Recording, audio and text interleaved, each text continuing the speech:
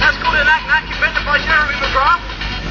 We're going to have to speed up just a little bit here because I have unfortunately gone down. This is called a switchblade, guys. Second gear, little flip of the throttle. Okay, roll the power. On now, switch the legs. And back on. That one's called a switchblade. For obvious reasons, switching the legs in the air, using the handlebars. Whoa, Samson showing you guys what a combination tricks look like. There's two tricks in one there, bring the legs around the handlebars, and then throwing a double hand as well, quite impressive.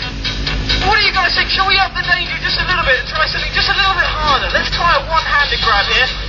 Gonna hold on to the motorcycle with just the one hand. So here we go, let's see if we can get this one right. Up, let go, reach back, and back on again. That's what you call a one-handed grab. Quite liking that one. Sorry. Whoa, Samson's showing you a big double Indy. Right hand's going back to the grab hold, switching the legs in the air, and then putting himself back onto the motorcycle. Okay, we'll try something that I haven't done for a while because unfortunately I tore my ACL earlier on in the year and it's been a bit of a hindrance to me, but let's try a Shaolin.